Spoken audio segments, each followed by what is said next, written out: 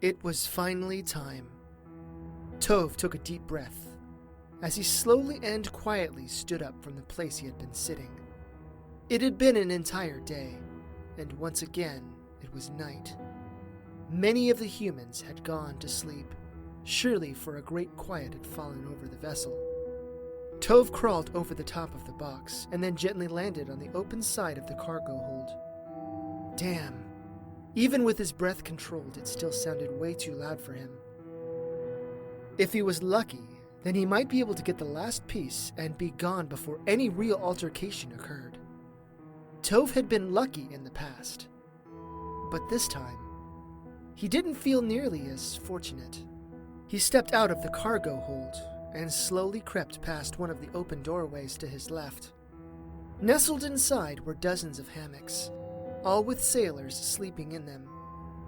It was dark, and Tove had no desire to venture in there. The small bead around his neck tugged at him to venture somewhere else, so Tove did. The ship rocked a little as the river carried it further east, presumably. Tove steadied himself, and he moved along the walls toward the staircase at the far end of the ship. The Sparkle Star lock was close. He could just feel it. He stepped into the doorway of a smaller cargo bay, where 3 hammocks were set up. One of them was unoccupied, while 2 of the mages slept in the others. A cold spasm flashed inside Tove, and he glanced about, as if he might spy the blonde mage somewhere. The faint glow from the bead cast an eerie glimmer on the 2 sleeping mages. Tove stepped inside and moved toward the bags piled against one of the walls. Even as he stood over the bags, Tove knew. One of the mages had the Sparkle Star lock. The sensation burned hotly, and yet it wasn't quite close enough. Tove followed the bead, until he stood over the black-haired mage woman. The woman's hand was curled around something. The longer Tove stared at the clenched fist, the more he knew. It was there. It would be such an easy thing to summon a blade, stab her in the face, and then take it. He probably couldn't take it without her waking up. Silently he summoned a magic sword, and it cast a brighter illumination on the human woman's face. She appeared so innocent and non-threatening, and yet it was her kind that stole the magic from the Ancient Ones. It was her kind that banished the Alicorni and forced the Vren to go into hiding. It was her The wood creaked nearby, and Tove turned his attention to the left. Get away from her! The other sleeping mage must have awoken, for she slammed into him with considerable might. Tove kicked her in the stomach, and the larger human woman grunted as she fell back. Help! Someone help! Once more, the woman threw herself at Tove with a sort of impressive but reckless kind of abandon. Tove shifted back, and then slashed his blade at an upward angle. At the last moment, the woman stepped back, but the blade still cut open her face. She screamed, this time only in pain. The other mage sat up in her hammock and then locked gazes with Tove. She flipped around and landed on the other side. Her hands grasped together and she parted her lips. Hot pink mist started floating up from her mouth. Tove tried to move toward her, but once more the injured woman grabbed onto him. Blood poured down her face, and she still glared at Tove. Leave my friend alone, you brute! Tove punched her in the face and knocked her to the ground. The woman whimpered loudly. Already, heavy footsteps thundered from above. White-hot panic festered in Tove's chest. He placed his sword against the tip of the woman's neck.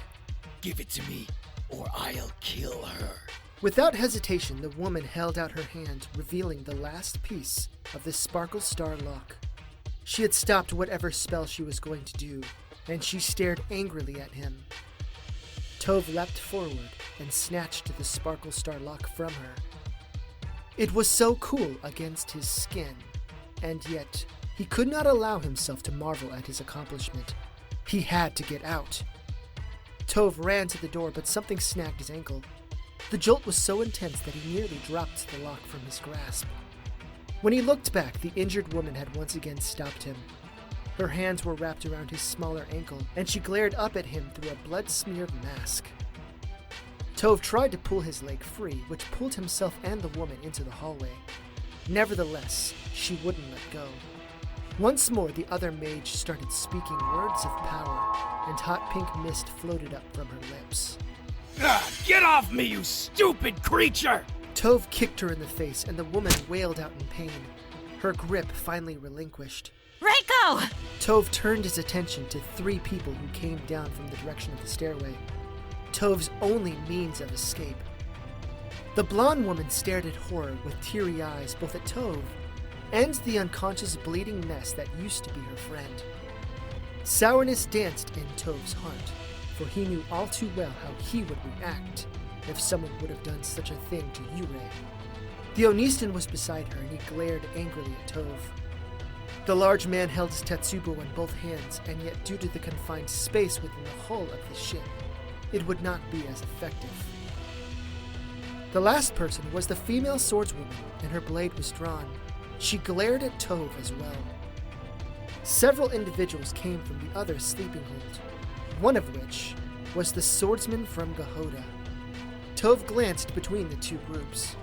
He tucked the last piece of the Sparkle Star lock into his side pouch, and then he held up his sword out in front of him. The blonde mage stepped forward. You hurt my friend.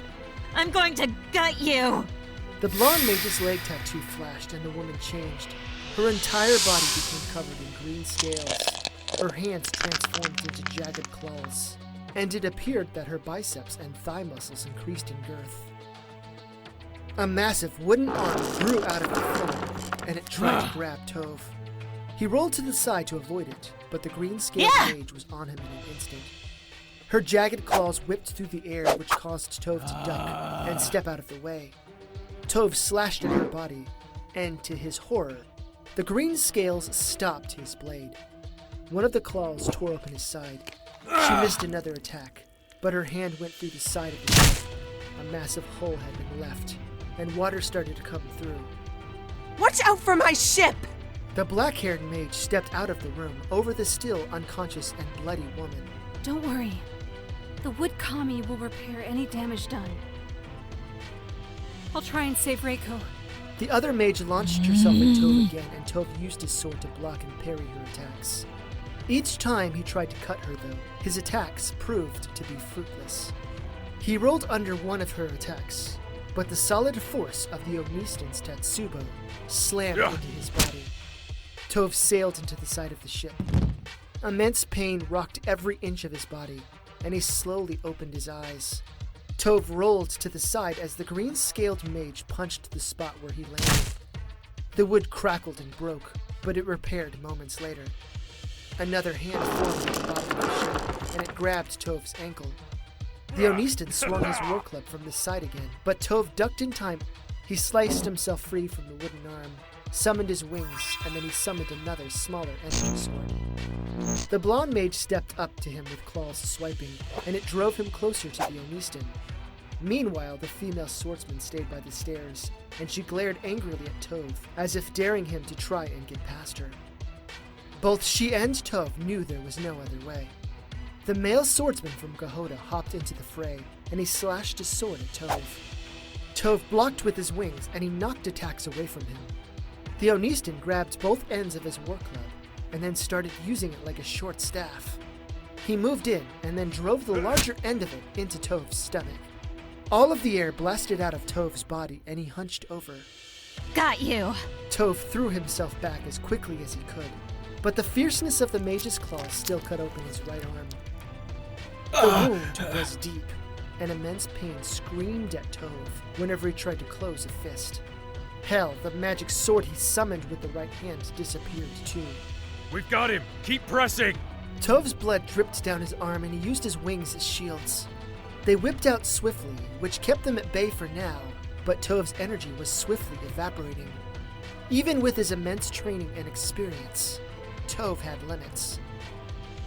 He could no longer fight this way, which meant only one last opportunity.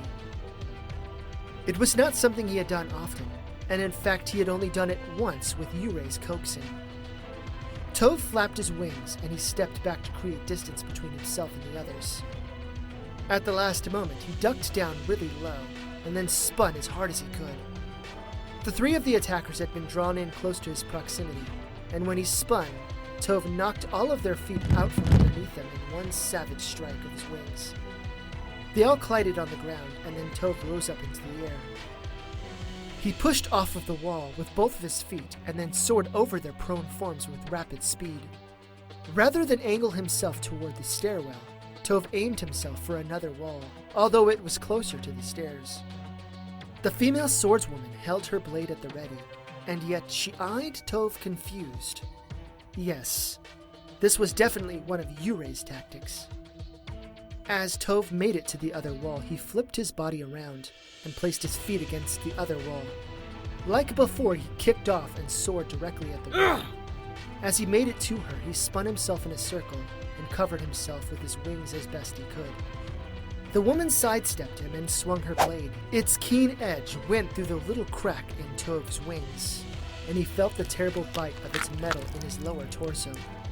Tove couldn't help but scream out, but he still righted himself as soon as he got to the base of the stairs. Every inch of his body throbbed, but he had to get away.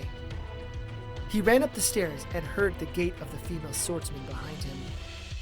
With all of his might, Tove launched himself up through the opening, but not before the woman's sword hacked into him again. A deep pain roared at him, and yet he couldn't bring himself to look back at what now felt like a stump. He had to get away. The pain nearly caused Tove to black out, and yet he flapped his wings as hard as he could. He climbed higher above the ship, and let the wind carry him all the higher still. The wind around him felt so assuring, and yet Tove continued to expand the distance between himself and the ship. Both of his arms were useless, not ripped off, but torn open with exposed muscle tissue. Tove glanced back, and sure enough, his foot and lower calf were gone. Blood streamed out profusely. His head spun wildly, and yet he kept on flying. He had to get away. He had to complete his mission. Tove felt his consciousness start to slip. Tove sent magic into the small bead as he started to unintentionally plummet toward one of the taller sand dunes. Please, elders. I have the last piece. I need help. The last thing he saw before blacking out was the large sand dune he was plummeting into. Where is he? Nori stormed on deck and he gazed around. The sailors who were on deck, as well as Luxie, all gazed at something in the sky, and so Nori followed their line of sight. In the distance, a slightly noticeable glimmer of yellow light flickered in the expanse of the dark sky. We almost had him. Luxie slowly turned back around and she averted her eyes from Nori. Her mouth formed a little frown and she planted the tip of her sword in the deck of the grinning panda. I'm so sorry, Nori. Why are you sorry? You didn't do anything wrong. This is my ship, and somehow that little bastard got aboard and hurt one of your friends. As captain, this is my fault. Nori walked over to her and he gently touched the bottom of her chin with 2 fingers. With only minimal effort, he guided her head up so that she looked into his eyes. As soon as their eyes met, a great warmth spread over Nori's chest, and yet he didn't give it any mind. Her eyes were quite beautiful, even in the dark. This is not your fault. It's mine. I should have been a better Chutar. You've been exceptionally wonderful in protecting us up to this point. Our foe is ancient and magical, according to the lore Flara said. You did all you could. I'm the one who failed. Careful, Onistan. With moves like that, you're liable to steal some hearts. If I'm not entirely at fault, then neither are you. So what if you're a glorified bodyguard? You said yourself, our foe is ancient and magical. I saw you and you stayed on the deck, watching the sky. You also did all you could. Luxie stepped back, and Nori's hand fell from her face, but she caught it before it fell all the way. For a brief moment, they stood on the deck, holding hands and looking into one another's eyes. The fire in Nori's heart ignited all the more. Luxie let it go, and then she moved down the stairs, a smile on her face. Let's go check on your friends. Nori followed her into the cargo hold where Flara, Rayko, and Apisa had been sitting.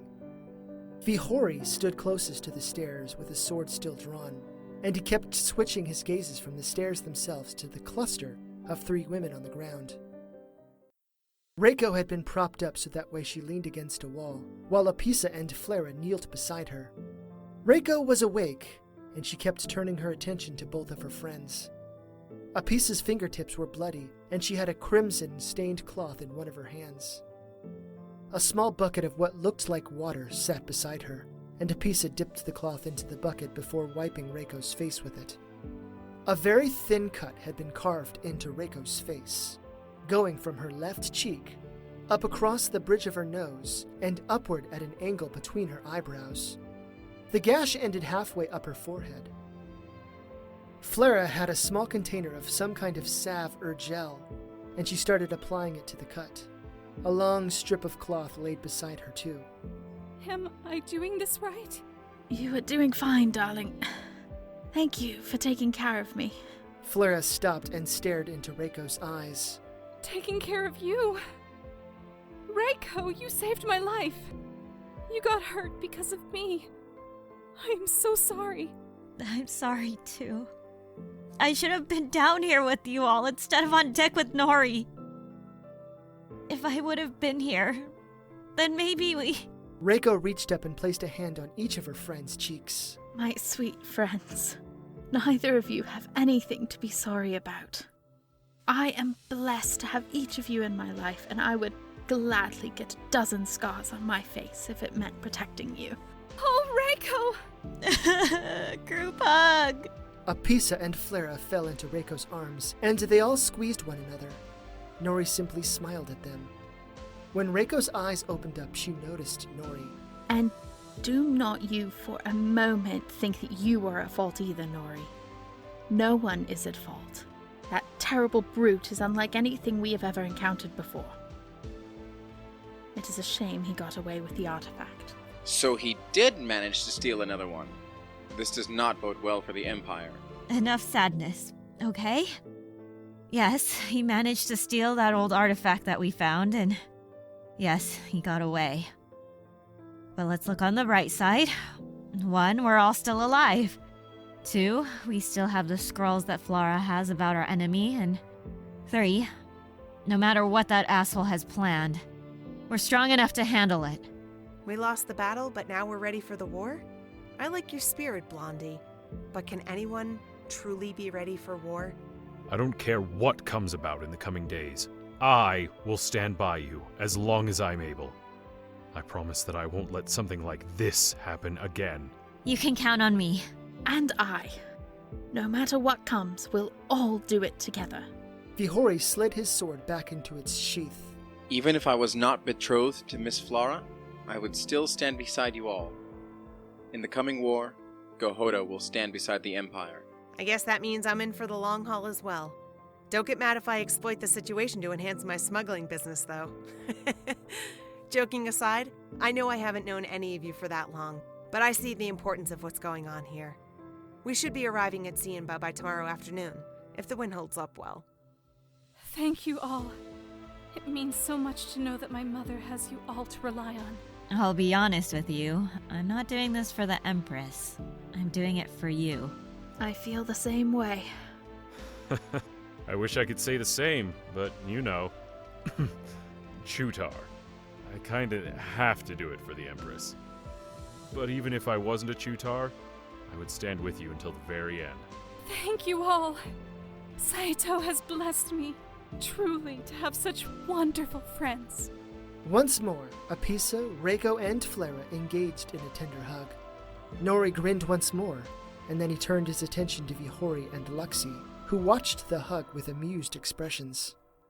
In the wake of a defeat and failure, Nori and his comrades were still alive, and well enough to recover. Tough times would come soon enough, and even the return to Xianba might be quite unpleasant. However, in this brief moment, they had one another.